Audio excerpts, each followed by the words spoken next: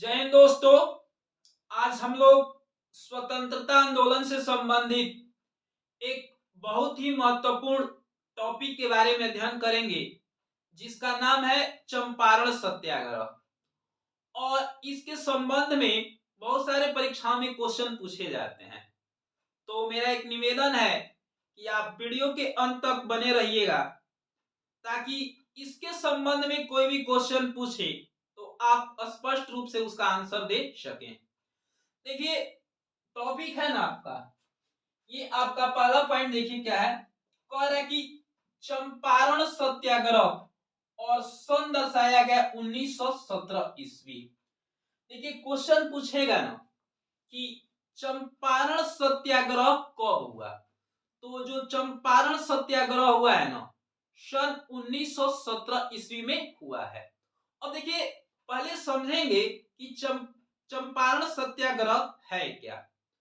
देखिए बिहार के ना एक चंपारण जिला है, तो बिहार के चंपारण जिले में अंग्रेजों के द्वारा एक नियम लागू कर दिया गया था। और ये जो नियम पारित था ना, किसानों पर था। और किसानों से एक बीघे में 3 कट्ठा नील की खेती करवाई जा रही थी। इसी पद्धति को ना क्या कहते हैं, 3 कठिया पद्धति कहते हैं या चंपारण सत्याग्रह कहते हैं। और नील की खेती करने से ना समस्या ये थी कि अगर किसी भी खेत में लगातार 3-4 वर्ष या 5 वर्ष लगातार नील की खेती करते हैं तो भूमि क्या होती थी, बंजर हो जाती थी। मान लीजिए सपोज दैट किसी किसान के पास सिर्फ 20 कट्ठा खेत है और उसमें 3 कट्ठा वो नील की खेती करता है। तो 3 वर्ष खेती किया, उसका 3 कट्ठा खेत क्या हो गया जी, ऊसर हो गया। फिर 17 कट्ठा में क्या करेगा, 3 कट्ठा नील की खेती करेगा, फिर 3 कट्ठा उसका क्या होगा जी, ऊसर हो जाएगा। इस प्रकार समस्या ये हो रही थी ना कि नील की खेती करने से जिस खेत पर नील की खेती हो रही थी वो भूमि क्या होती थी, बंजर हो जाती थी। और चंपारण में एक नियम बना दिया गया था कि किसान को 20 कट्ठा में कम से कम 3 कट्ठा नील की खेती करनी है। तो किसानों पर जो ये नियम लागू था कि 1 बीघा में 3 कट्ठा क्या करनी है जी, नील की खेती करनी है, वही क्या है जी, एक चंपारण सत्याग्रह है। इसी के बारे में हम लोग आज अध्ययन करेंगे।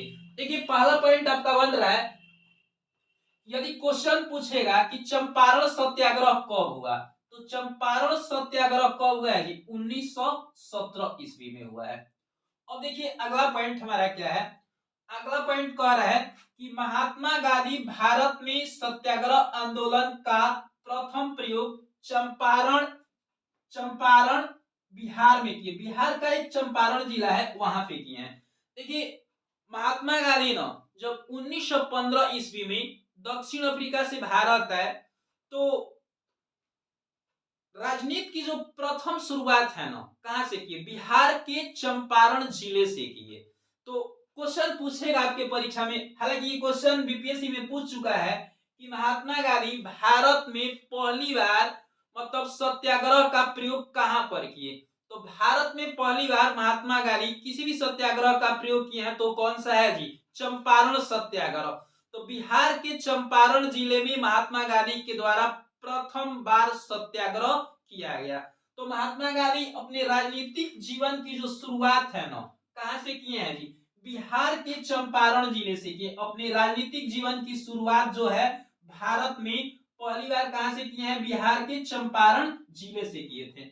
अब देखिए चंपारण जिला में समस्या क्या थी इसके बारे में समझते हैं।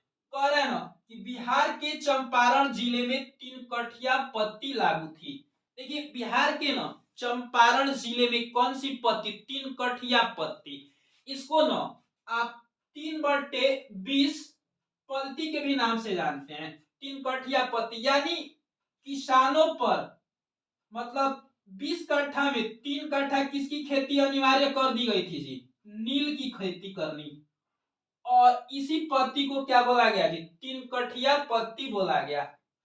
अब देखिए 3 कठिया पत्ती से नुकसान क्या थे, 3 कठिया पत्ती से जो नुकसान थे ना, आइए इसको समझते हैं। कह रहे हैं ना कि जिसके कारण किसानों को बीघे में 3 कट्ठा नील की खेती करनी पड़ती थी। जो किसान थे ना, जो ये 3 कट्ठिया पत्ती लागू थी, उसमें एक प्रावधान था कि किसान क्या करेंगे जी, 1 बीघा में क्या करेंगे जी, 3 कट्ठा नील की खेती करेंगे।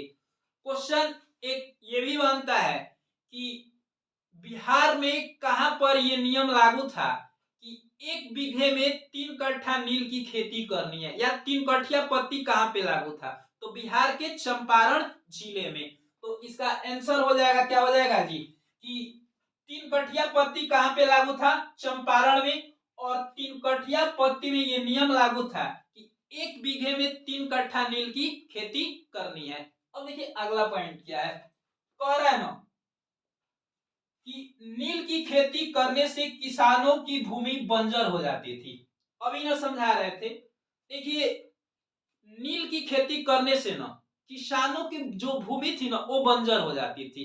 किसी भी खेत में लगातार आप 3-4 वर्ष नील की खेती किए, आपकी वहां की भूमि क्या होगी जी, बंजर हो जाएगी। मतलब उस भूमि पर अन्न उत्पन्न नहीं होगा, अनाज का उत्पन्न नहीं होगा। अब देखिए अंग्रेज जो थे ना, अंग्रेज वो मौसमी फसल से ज्यादा नील की खेती पर ध्यान देने लगे। चंपारण के किसानों से बोल रहे थे कि मतलब आप मौसमी फसल न उगाएं, जैसे चंपारण में ईख की खेती, धान, गेहूं, इन सब की फसलों को के जगह पे क्या करने के लिए बोलने लगे जी, नील की खेती। ये दुखद समस्या थी। अब देखिए कह रहा है ना, अगला पॉइंट, राजकुमार शुक्ल नामक किसान नेता के आग्रह पर महात्मा गांधी को चंपारण बुलाया गया। कई बार क्वेश्चन देखिए ये पूछ चुका है कि महात्मा गांधी किसके बुलाने पर चंपारण आए। तो चंपारण का एक किसान नेता था, कौन जी, राजकुमार शुक्ल। राजकुमार शुक्ल महात्मा गांधी को क्या किया, आग्रह किया कि चंपारण में किसानों के प्रति दुखद स्थिति है, आप चंपारण आए और किसानों की हालत क्या है उसको देखिए, और इस पर आप संज्ञान में लीजिए इसको, और उससे चंपारण के किसानों को मुक्ति दिलाइए। तो जो राजकुमार शुक्ल था ना, महात्मा गांधी को क्या किया था जी, चंपारण बुलाया था, चंपारण लाने का न्योता दिया था। और देखिए क्वेश्चन कह रहा है, पॉइंट कह रहा है कि राजकुमार शुक्ल नामक किसान नेता के आग्रह पर महात्मा गांधी चंपारण आए या बुलाए गए। देखिए बुलाया कौन था जी, राजकुमार शुक्ल। और महात्मा गांधी अपनी आत्मकथा में कहे भी हैं इस बात को कि चंपारण का इकलौता शेर कौन था जी, राजकुमार शुक्ल था। और 1000 से अधिक किसानों को इस समस्या से, संकट से बचाने का काम किसने किया जी, राजकुमार शुक्ल ने किया है। और महात्मा गांधी ये भी कहे हैं कि राजकुमार शुक्ल की वजह से हमारा राजनीतिक जो कैरियर है ना मजबूती प्रदान किया। तो राजकुमार शुक्ल की वजह से ही महात्मा गांधी राजनीति में सफल हुए। हालांकि महात्मा गांधी चंपारण सत्याग्रह को लेकर ज्यादा इच्छुक थे नहीं, ये बड़ा पॉइंट ढूंढ रहे थे, इच्छुक नहीं थे इसके प्रति। लेकिन कई बार राजकुमार शुक्ल के कहने पर, प्रयास पर महात्मा गांधी चंपारण आए। अब देखिए कह रहा है ना, महात्मा गांधी तो चंपारण आ गए। अब देखिए कह रहा है ना कि महात्मा गांधी ने 800 किसानों से हस्ताक्षर लेकर आंदोलन प्रारंभ किया। देखिए जो किसान थे ना पढ़े लिखे नहीं थे, और महात्मा गांधी को ऐसा लग रहा था कि हम आंदोलन छेड़ दें और बीच रास्ते में ही किसान न भाग जाए। इसके लिए उन्होंने क्या किया जी, 800 किसानों से सिग्नेचर करवाया और आंदोलन की शुरुआत की।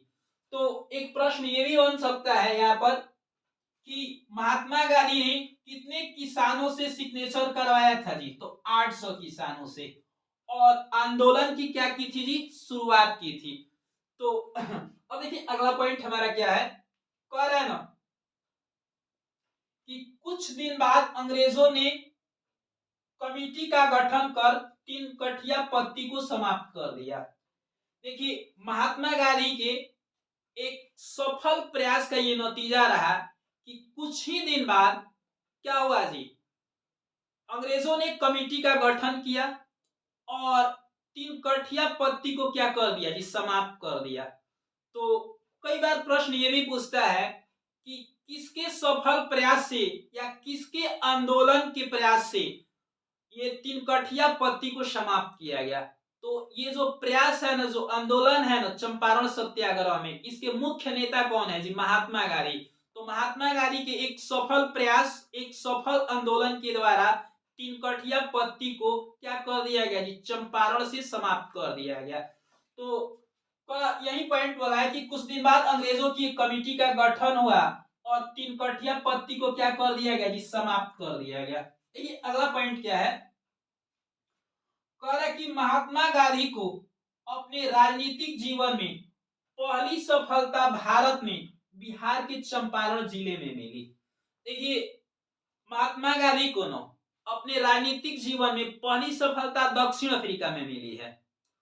गोरे एवं काले के बीच जो मतभेद था ना उसको मिटाए हैं। लेकिन यहाँ पे जो प्रश्न पूछ रहा है ना, आइए देखते हैं प्रश्न क्या पूछ रहा है और कह क्या रहा है।